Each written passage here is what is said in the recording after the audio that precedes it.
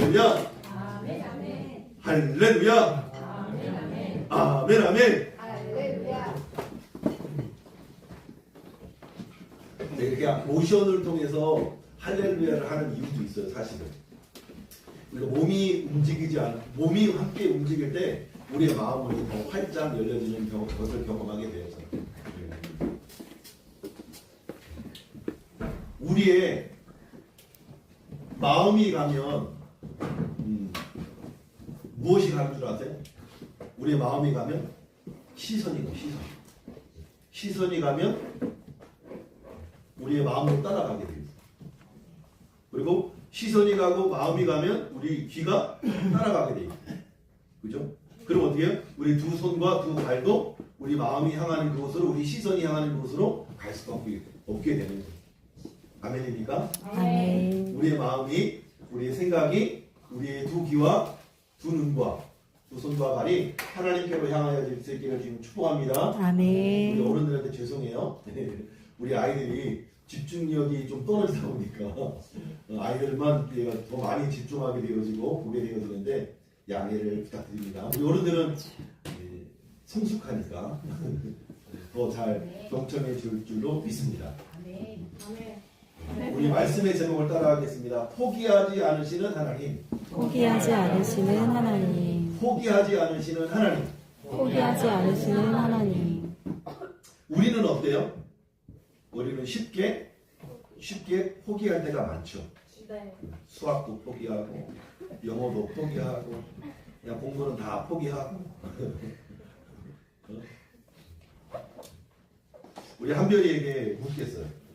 한별이는 찬양하세를 온몸으로 하나님 앞에 찬양 올렸잖아요. 그죠? 네. 온몸으로 하나님을 찬양하는데 그 가사의 내용이 뭔지 아세요? 네. 어떤 내용? 함께 둘을 높여서 사랑하는 거. 함께 주를 높여서 찬양하자고. 왜? 왜 그거를 찬양해야 돼? 하나님이 높이 계시니까? 하나님이 왕이시니까. 왕이시니까. 아, 맞다. 하나님이 우리에게 왕이시니까 하나님을 찬양할 수밖에 없는 온몸을 다해서. 그래서 다시 한번 질문할게요. 우리 한별이에게는 하나님이 왕이십니까? 네. 진짜 왕이십니까? 시험이 왕인 것 같은데? 아니, 이거는 문제집이 왕인 것 같은데? 박스 뭐. 공통수학 1번이 지금 1번인 것 같은데? 아니. 아니에요? 네. 그러면 왕이신 하나님 앞에 예배하고, 근데 만약에 이재명 대통령님이 와 있어. 그럼 그 앞에서 이 수학 문제를 풀 수 있을까? 아니요. 그럼 요즘 이재명 대통령 세더라고, 입술이 말이. 지금 뭐 하는 겁니까? 나랑 장난하는 겁니까? 혼날 수밖에 없죠. 그죠? 네. 근데 하물며 대통령들의 왕이야. 그걸 어떻게 시선을 뗄 수가 없지. 그죠? 네. 그분의 말씀 앞에 우리의 마음의 귀를 기울일 때 내가 진짜 온몸으로 찬양했던 고백이 내 삶으로도 이어질 때 진짜 왕인 거야. 그죠? 아멘. 근데 내가 하나님을 찬양할 때 내가 하고 싶은 것을 표현할 때는 하나님이 왕인 것 같지만 내 삶으로 돌아와서 내가 왕일 때가 너무 많다는 거야. 그치? 근데 그게 실제 인간의 모습이고 오늘 야곱의 인생의 모습이에요. 살다 보면 제일 무서운 게 뭔지 아세요? 강진수님, 살다 보면 뭐가 제일 무서워요? 뭐가 제일 집사님에게 무서운 게 뭐가 있어요? 작년에 우리 그 어디냐 영종도에 어디 갔었죠? 무슨 원더박스. 원더박스. 작년에 이맘때 이게 보니까 페이스북에 작년 사진들이 막 뜨잖아요. 작년 21일인가 20일인가 원더박스를 갔더라고, 아이들하고 함께. 여러분 기억나요? 한별이랑 한나는 쉽게 지쳐가지고 금방 다운되더라고요. 근데 우리 아연이랑 아람이는 지치지 않고 우리 은재랑 지치지 않고 결정을 끝까지 놀더라고. 근데 우리 강제수아님은 그 무서운 그 뭐라고 그래요? 그 막 위에 올라가는 거. 그 클라이밍이라고 그러나? 클라이밍하고 좀 다른데. 그죠? 아무튼 뭔가 이렇게 장구를 하고 막 하늘 위를 막 걸어 다니는 게 있어. 그걸 거의 다 정복을 했어, 그죠? 돌아가는 거 빼고, 그죠? 되게 많이. 내가 집사한테 도전을 받아가지고 저도 함께 이게 정복했던 기억이 새록새록 나는데 집사님에게는 그런 것도 안 무섭잖아요, 그죠? 그럼 집사님에게 무서운 게 뭐예요? 안 무서운 거 아니라 그냥 무섭지만 간 거예요. 시도하면서 올라가고 아침 올라가니까 그렇게 무섭지 않아. 올라가 보니까 처음에 두려웠는데 처음에 조금 두려운 마음 가지고 근데 올라갔다 가서 좀 밑에 볼 때 조금 무서운 마음이 생겼어요. 높은 지대가 아래를 보니까 좀 무서운 마음이 들었어요. 네. 그건 뭐라고 고소공포증이라고 그러나? 그죠? 제가 보니까 좀 무서워. 잠시 잠깐의 두려움이. 우리 친구들에게는 뭐가 두려움일까요? 뭐가 두려움이에요? 우리 태희는 뭐가 두려워요? 악마의 유혹. 악마의 귀신이 무슨 거야? 우리 이산이 오늘 처음 왔는데 이산이는 뭐가 무서워요? 살다 보니까?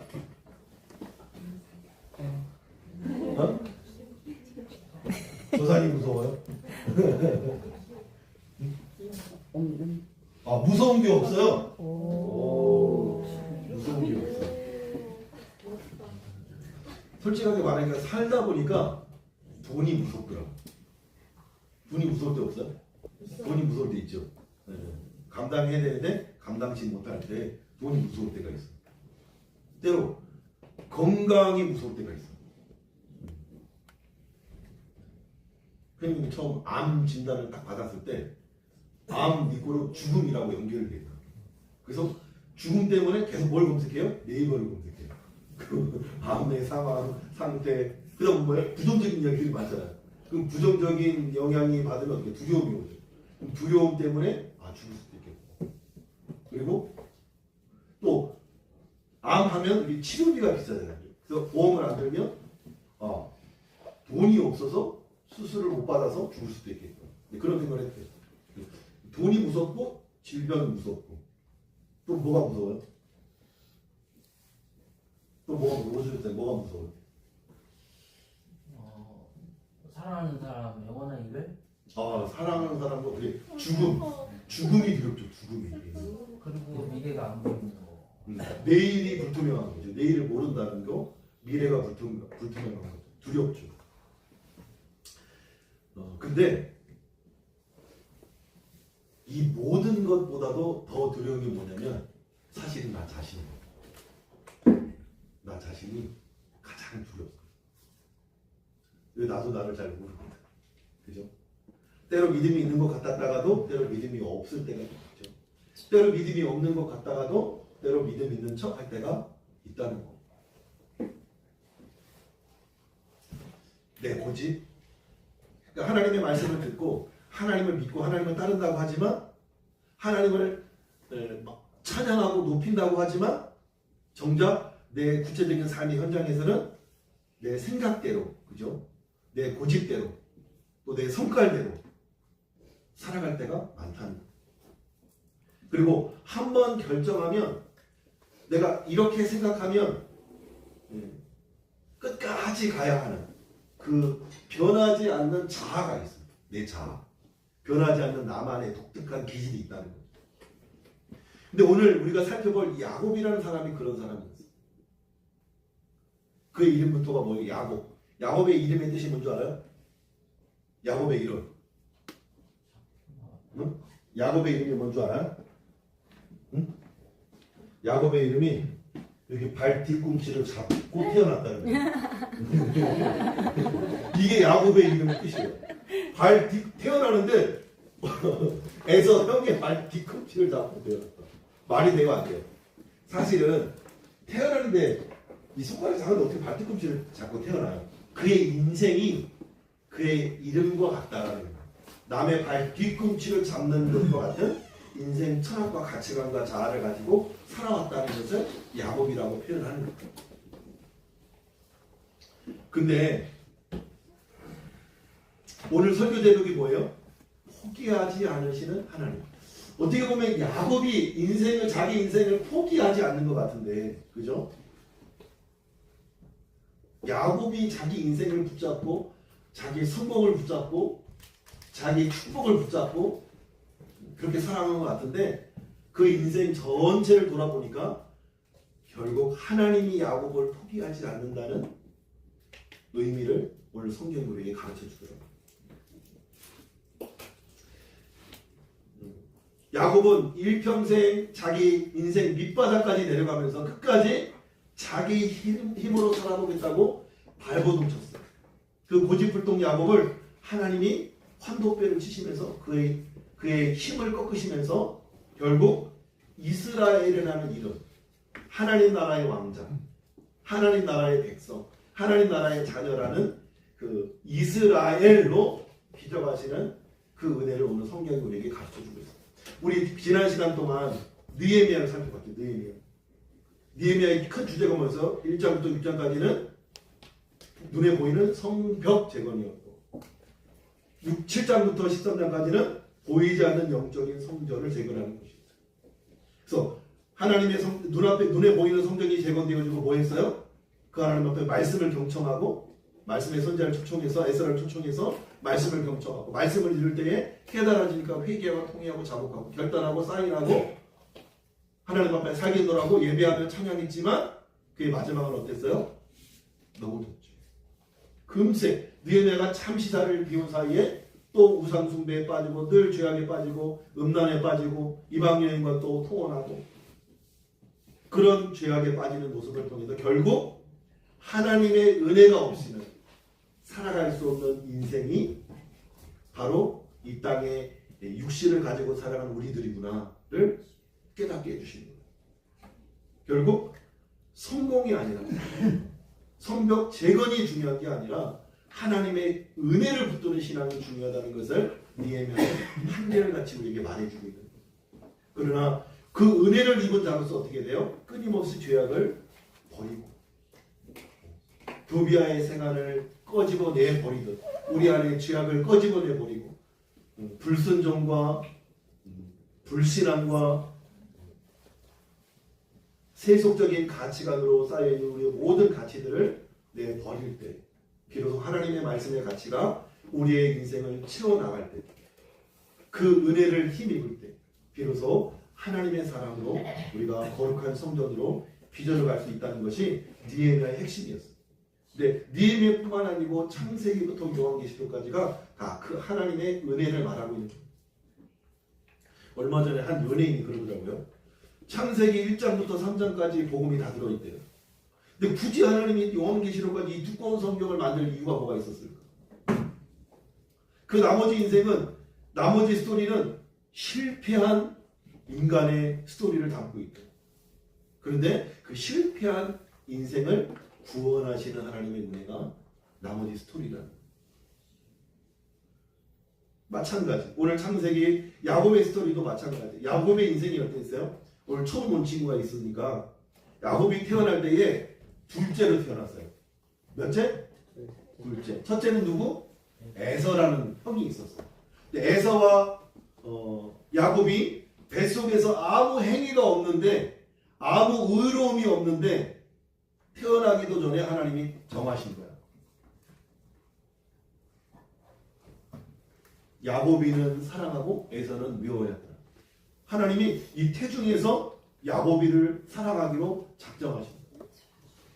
근데 그 야곱이는 어떤 인생이었냐? 태어나 보니까 형 발에 뒤꿈치를 잡고 나올 만큼 욕심이 많은 사람이었어요. 욕심이 많은 사람이었어요.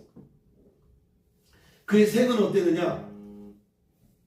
이스라엘은 장자에게는 2배의 축복을 유산을 남겨줬어요. 2배의 유산. 그죠? 그 나머지 재산을 가지고 나머지 형제들에게 나눠줬어요. 그 아버지 대신. 우리나라도 그랬잖아요. 옛날에는 첫째가 중요하다. 그죠? 장손이 중요하다. 저도 살아보니까 첫째를 중요시 여기는 이유가 뭐냐면 이 하나님이 세우신 이 땅에 보내주신 순서가 있잖아요.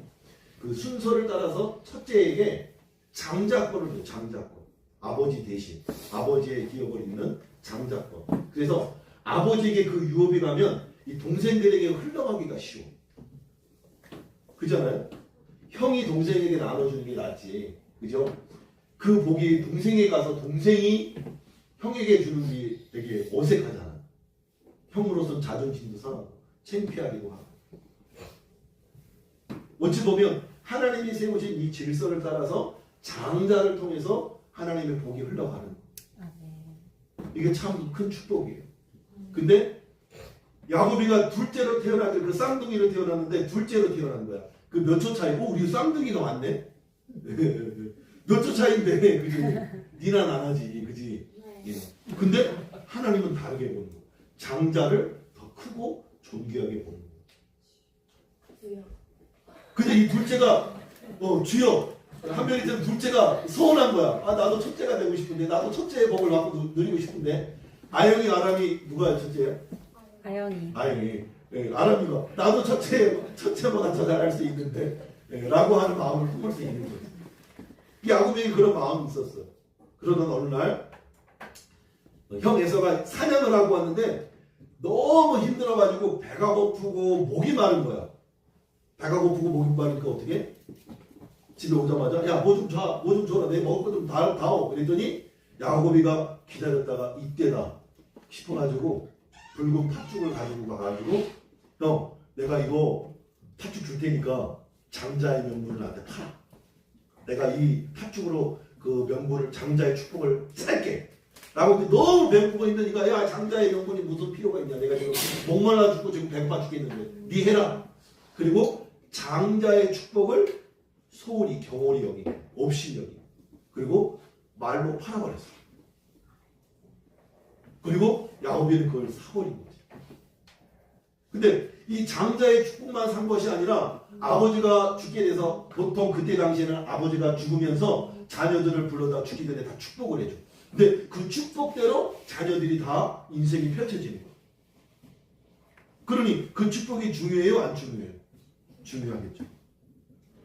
그래서 야곱이 죽기 전에 이삭이죠? 이삭이 아들 야곱과 에서죠. 착각해서 야곱을 생각하다 보니 오늘 야곱 얘기를 하다 보니까 아버지가 이삭이었는데 이삭이 죽기 전에 눈이 흐릿해서 안 보이는 거야. 노안이 온 거야. 노안이 오니까 안 보이니까 야곱이랑 엄마랑 짜고 형이 받아야 할 축복을 이 동생 야곱이 받을 수 있도록 실한 염소를 잡아다가 죽을 써서 아버지한테 갖다 주게 된 거예요. 형 에서는 털이 많고 동생 야곱은 털이 없으니까 형의 옷을 입고 형의 털옷을 가죽옷을 입고 아버지한테 가서 아버지 제가 사냥하고 와서 이 음식을 만들어 왔으니 이것을 먹고 나를 축복해 주십시오 한 거야. 그래서 어떻게 됐어요? 목소리는 야곱인데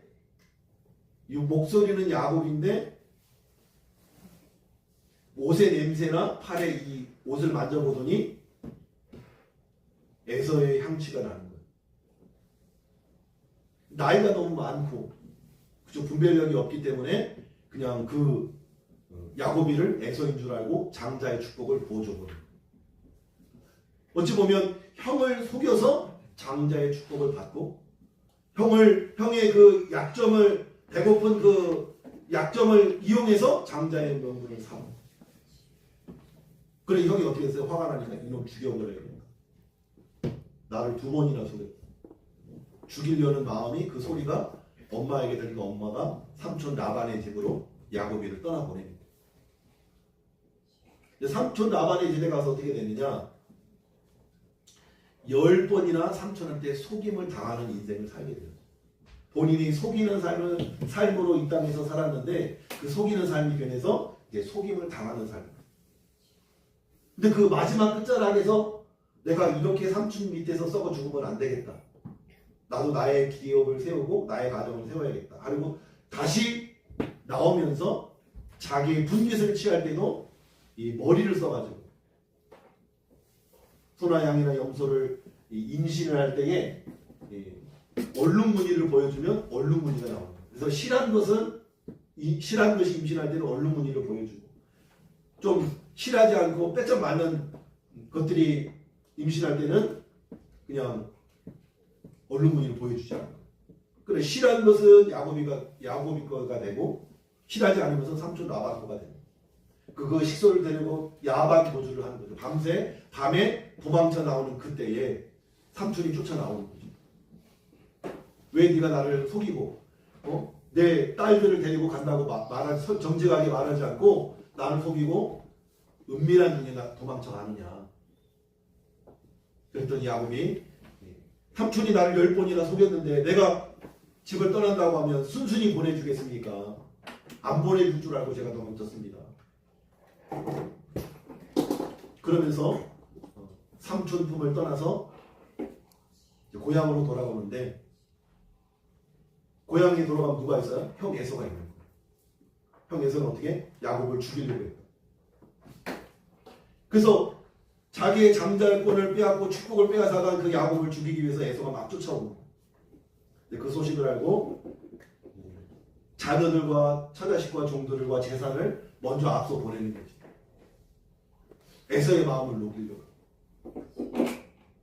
그리고 홀로 남은 장면이 오늘 본문의 약복강 나무에서 하나님 앞에 씨름하는 장면. 우리 24절 한번 읽어볼까요? 24절 시작. 야곱은 홀로 남았더니 어떤 사람이 날이 새도록 야곱과 씨름하다가 씨름하다가 야곱의 인생을 한마디로 정의하자면 사기꾼, 속이는 자, 도망자의 삶이라고 정의할 수 있을 거예요. 형을 속이고 도망가고 삼촌을 속이고 도망가고 이제 그런데 더 이상 갈 데가 없는 거예요. 자기 앞에는 자기를 죽이려는 형 에서가 있고 뒤에는 다시 돌아갈 수 없는 외삼촌이 라반의 집이 있는 거예요.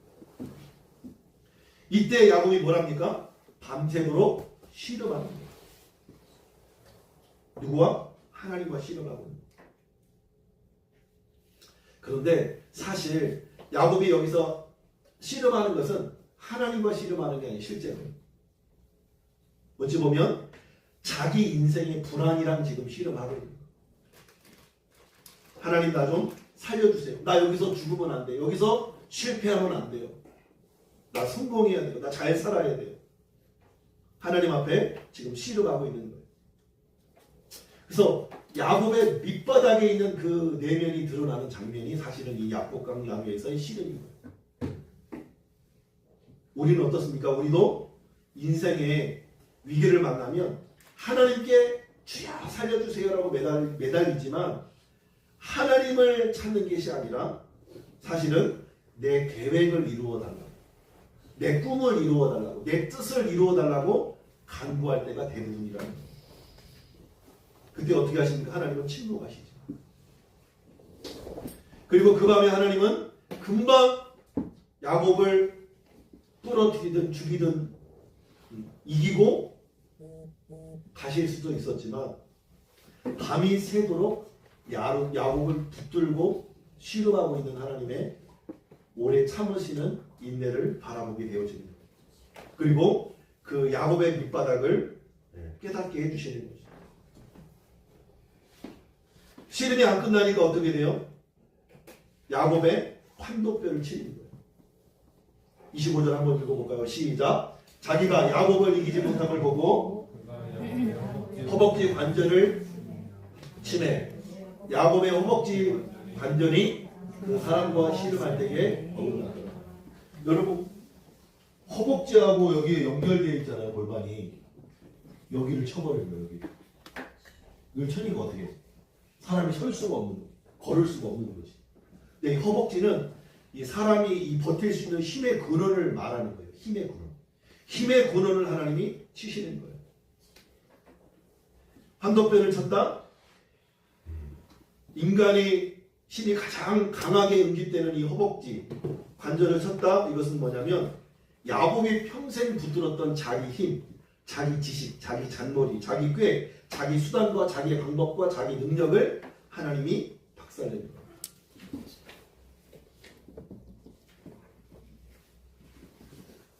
이 대목을 묵상해 보면 어찌 보면 하나님이 야곱의 자아를 치신 거나 마찬가지.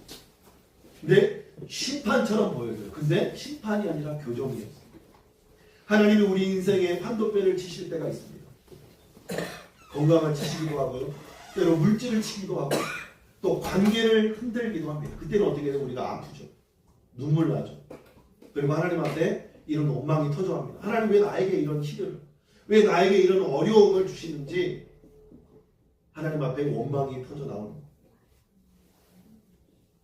하지만 우리가 그 하나님의 치시는 고난, 아픔, 어려움을 경험할 때 우리가 꼭 기억해야 되는 한 가지가 있어요.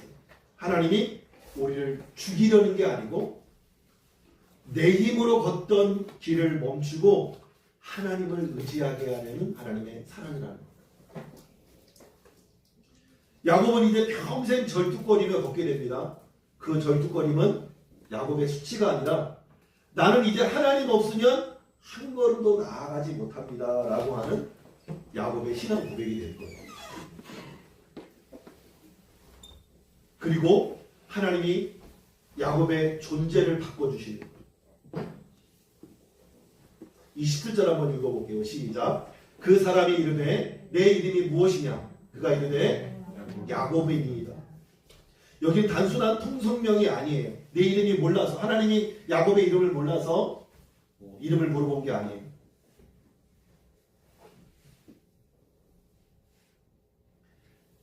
야곱이 철저하게 자신이 어떤 삶을 살았는지 자신이 죄인인 것을 인정하고 고백하게 하는 거예요. 야곱이 대답합니다. 제 이름은 야곱입니다. 번역하면 저 사기꾼입니다. 저 속이는 자입니다.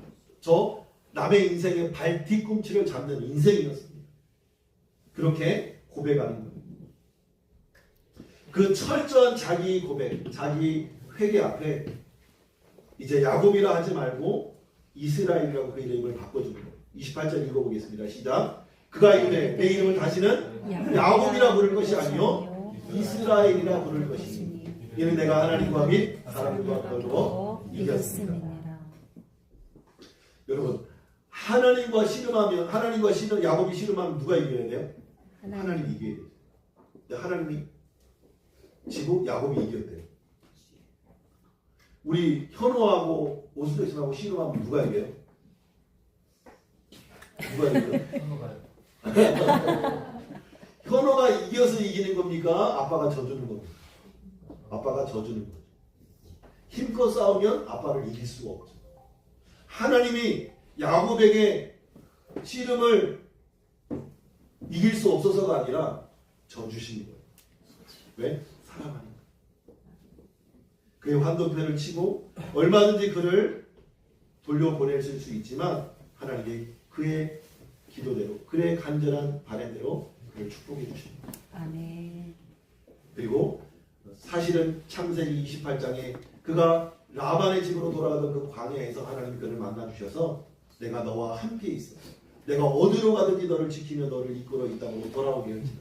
내가 내게 허락한 것을 다 이루기까지 영원히 너를 떠나지 않겠다고 약속을 주십니다. 아멘. 그 약속 때문에 사실은 야곱에게 하나님이 져주시고 축복해 주십니다. 아멘. 포기하지 않으시는 하나님의 사랑을 볼 수 있는 것입니다. 야곱은 때때로 하나님을 포기하고 싶었을 거예요. 우리도 마찬가지 아닙니까? 너무 힘들 때, 너무 고난이 계속될 때는 차라리 모든 것을 내려놓고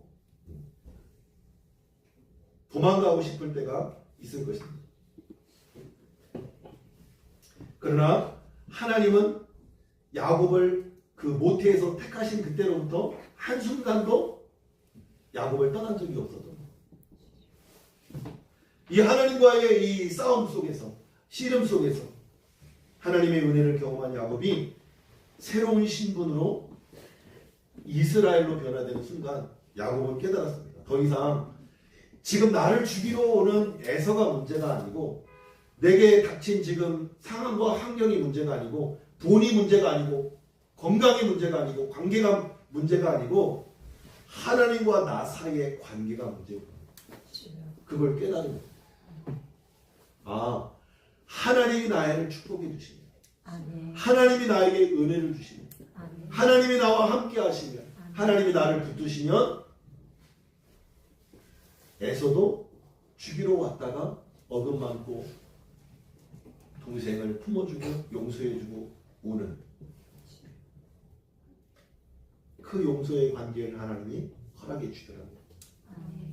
그래서 우리가 관계가 어그러지고 또 문제가 닥치고 어려움이 닥치고 환난이 닥칠 때 그 문제보다 크신 하나님을 의지하고 바라보고 그분과 나와의 관계가 어떤지를 다시금 점검할 때 이 하나님과의 나와의 관계가 온전히 회복될 때 비로소 나머지 관계들도 풀리게 된다는 거예요. 아멘.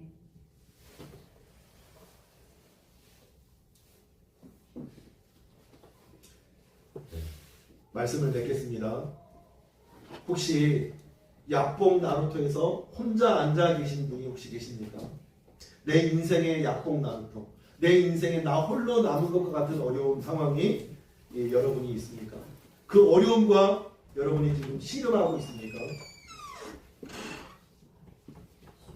그 어려움은 나를 괴롭히려고, 나를 아프게 하려고, 나를 넘어지게 하려고 하시는 하나님의 뜻이 아니라 우리를 진짜 하나님의 축복의 자리로 이끄시기 위한 하나님의 축복의 통로인 것을 기억하실 수 있기를 축복합니다. 아멘. 환도뼈가 위골되는 고통이 있더라도 여러분 하나님을 놓치지 마시기를 바랍니다. 아멘. 상황이 문제가 아니라 하나님과의 나의 관계가 문제라는 거예요. 그 관계가 회복되어지면 하나님과의 관계가 회복되어지면 모든 상황과 환경이 열리고 풀리게 되어 있다는 사실입니다. 아니 풀리지 않더라도 그 하나님과의 접점이 우리와 연결되어 있으면 두렵지 않다는 거예요. 아멘. 염려가 되지 않는다는 거예요. 바라기는 이 약봉 나루토의 은혜를 경험할 수 있게 되길 주님 축복합니다. 아멘. 그러면서 마지막 31절 한번 읽어보겠습니다. 30절 31절 시작. 그러므로 야곱이 그곳 이름을 분이엘이라 하였으니 그가 이르기를 내가 하나님과 대면하며 보았으나 내 생명이 보존됐다 함이더라. 그가 분이엘을 지날 때 어떻게 됐어요? 해가 돋았더라. 그의 허벅지 다리로 말미암아 절었더라. 야곱이 하나님을 만나고 그의 시선이 열리니까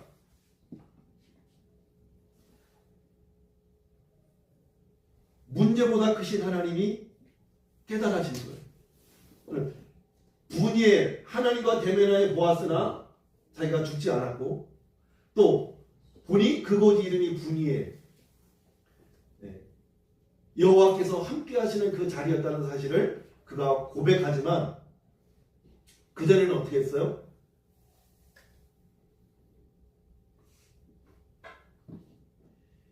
분이엘이라는 이름이 하나님의 얼굴이라는 뜻이에요. 분이엘이라는 이름이 하나님의 얼굴. 근데 야곱이 하나님을 만나기 이전에 하나님의 축복을 받기 이전에는 어땠어요? 해가 뜨는지 지는지를 보지 못했어요. 그냥 문제, 에서가 나를 죽이러 오는 상황만 보였어요. 근데 하나님을 만나게 되어지니까 해가 항상 뜨고 항상 지는 그 반복 속에서 보지 못했던 그 해가 뜨는 장면을 보게 되어집니다.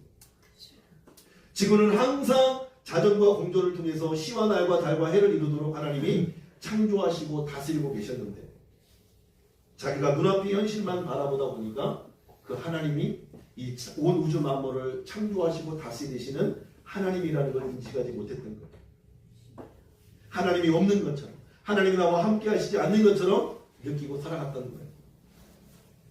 그런데 광야에 홀로 남겨진 그곳에서 하나님을 만나고 하나님 은혜의 타격, 은혜의 채찍, 은혜의 만져주심, 은혜의 져주심을 경험하고 난 이후에야 하나님을 깨닫게 됩니다. 아, 하나님이 해와 달과 별들을 움직이시면서 나의 생명과 호흡을 지금도 주장하고 계십니다. 아멘. 하나님이 나와 함께 하시는구나. 하나님이 나를 포기하지 않고 붙들고 계시는구나. 그 확신이 되니까 형 에서가 무섭지 않고 해가 뜨는 멋진 장면이 보이기 시작하는 거예요. 아멘. 바라기는 이 크신 하나님이 홀로 남겨질 것 같은 그 두려운 상황 속에서 보여지는 역사가 있게 되어지기를 축복합니다. 아멘. 그래서 우리의 고집을 내려놓고 우리 인생의 방법들을 내려놓고 하나님의 뜻, 하나님의 방법을 따라 순종이 가지고 나아가는 저와 여러분 될 수 있기를 주님 축복합니다. 축복합니다. 찬양 하나 하고 기도하겠습니다.